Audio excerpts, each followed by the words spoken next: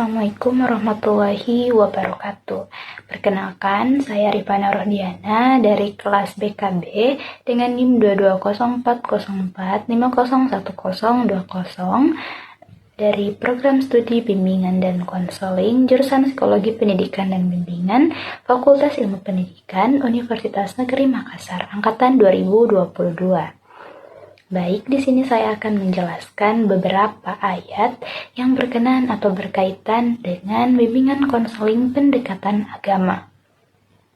Oke, baik, langsung saja pada surah Al-Baqarah ayat pertama yaitu ayat 153 yang berbunyi A'udzubillahi minasyaitonirrajim. Bismillahirrahmanirrahim. Ya ayyuhalladzina amanu bis-sabri was-salah innallaha ma'as-sabirin, yang artinya, hai orang-orang yang beriman, mohonlah pertolongan kepada Allah SWT dengan sabar dan sholat. Sesungguhnya hanya Allah beserta orang-orang yang sabar.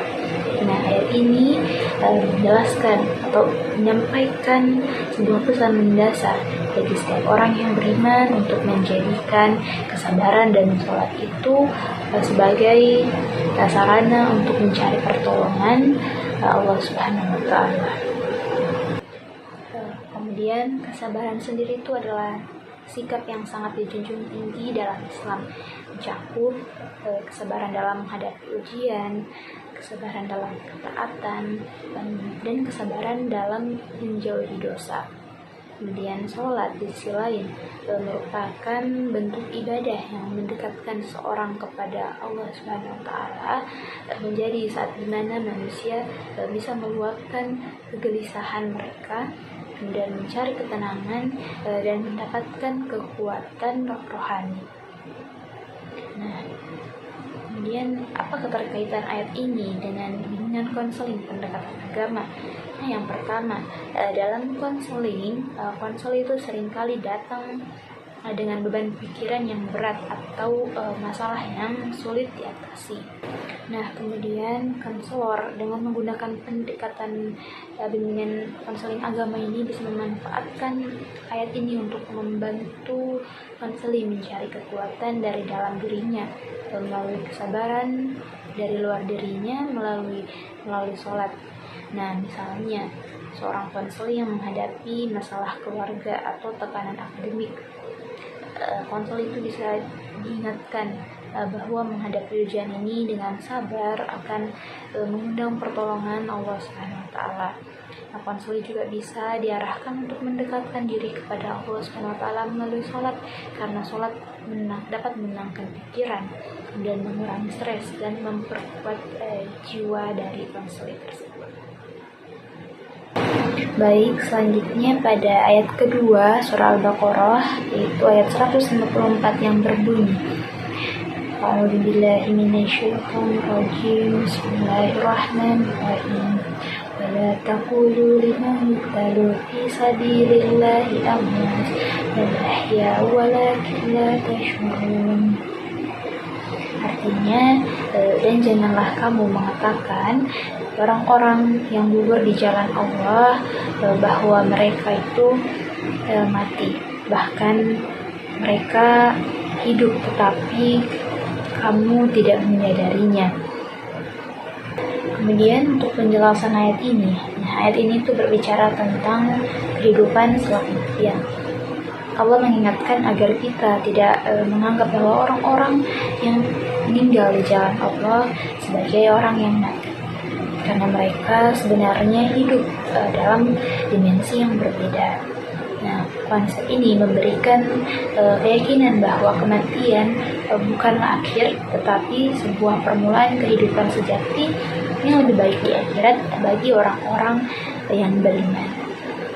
Nah, selanjutnya, apa keterkaitan bimbingan dan konseling pendekatan agama dengan ayat tersebut? Nah, dalam bimbingan konseling, ayat ini bisa membantu konseli atau siswa yang tengah berduka atau merasa kehilangan seseorang yang mereka cintai.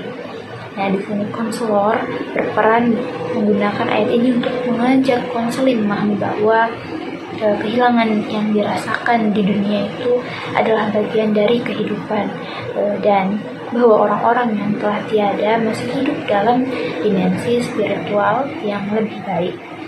Nah, perspektif ini dapat memberikan penghiburan mendalam kepada konseli dan mengurangi rasa kehilangan atau duka mendalam, karena meyakini bahwa yang mereka cintai itu masih hidup di sisi Allah Subhanahu wa Ta'ala dan berada dalam Selanjutnya ayat ketiga, yaitu ayat 165 surah Al-Baqarah yang berbunyi, A'udzubillahi minasyaitonirrajim.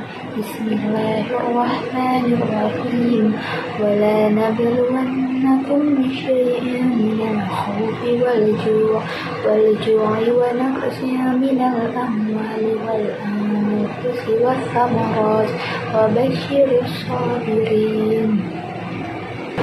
Artinya, dan sungguh kami akan menguji kamu dengan sedikit ketakutan, kelaparan, kekurangan harta, jiwa, dan buah-buahan. Dan sampaikanlah kabar gembira kepada orang-orang yang sabar. Nah, ayat ini menjelaskan dan menegaskan bahwa ujian itu adalah bagian dari kehidupan setiap manusia, berupa berbagai bentuk kesulitan seperti ketakutan, kelaparan, kekurangan harta, kehilangan orang yang dicintai, dan kekurangan hasil. Namun Allah Subhanahu wa Ta'ala memberikan kabar gembira bagi mereka yang sabar dalam menghadapi ujian ini. Dalam Islam, ujian dianggap sebagai sarana untuk meningkatkan derajat spiritual seseorang, menghapus dosa, atau bahkan sebagai tanda kasih Allah Subhanahu wa Ta'ala kepada hambanya. Selanjutnya, bagaimana keterkaitan bimbingan konseling pendekatan agama dengan ayat tersebut? Nah, di dalam konseling agama, ayat ini bisa menjadi pegangan bagi konseli yang menghadapi berbagai kesulitan dalam hidup. Konselor bisa menjelaskan bahwa ujian itu adalah bagian dari sunatullah atau ketetapan Allah dalam kehidupan yang bertujuan untuk memperkuat jiwa dan mendekatkan hamba kepada Tuhan.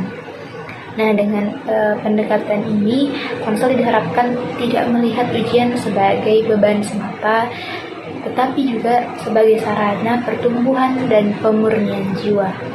Nah, konselor bisa menguatkan konseli dengan mengingat bahwa kesabaran dalam menghadapi ujian akan mendapatkan balasan dan kabar gembira dari Allah Subhanahu wa Ta'ala.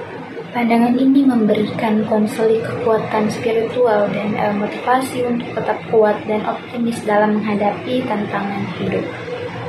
Kemudian, adapun kesimpulan dari hubungan ayat tersebut dengan BK pendekatan agama, yaitu ketiga ayat ini mengajarkan prinsip-prinsip yang sangat berharga dalam pendekatan BK berbasis agama, seperti kesabaran, tawakal atau berserah diri, dan penguatan spiritual dalam menghadapi ujian hidup. Nah, bagi konseli yang memiliki masalah hidup yang berat, penguatan iman melalui pendekatan bimbingan konseling agama ini dapat membantu mereka menemukan ketenangan batin, memahami makna di balik setiap ujian, dan mengatasi rasa duka atau kesedihan dengan lebih baik. Nah, pendekatan ini tidak hanya memberikan solusi praktis, tetapi juga membangun landasan spiritual yang kokoh bagi konseli dalam menjalani hidup sesuai ajaran Islam. Baik, mungkin itu saja yang dapat saya sampaikan. Saya mohon maaf apabila ada kesalahan pemaknaan ataupun bacaan dari ayat yang saya sampaikan tadi, karena saya hanyalah manusia biasa yang tak luput dari yang namanya salah. Baik, sekian dan terima kasih. Wassalamualaikum warahmatullahi wabarakatuh.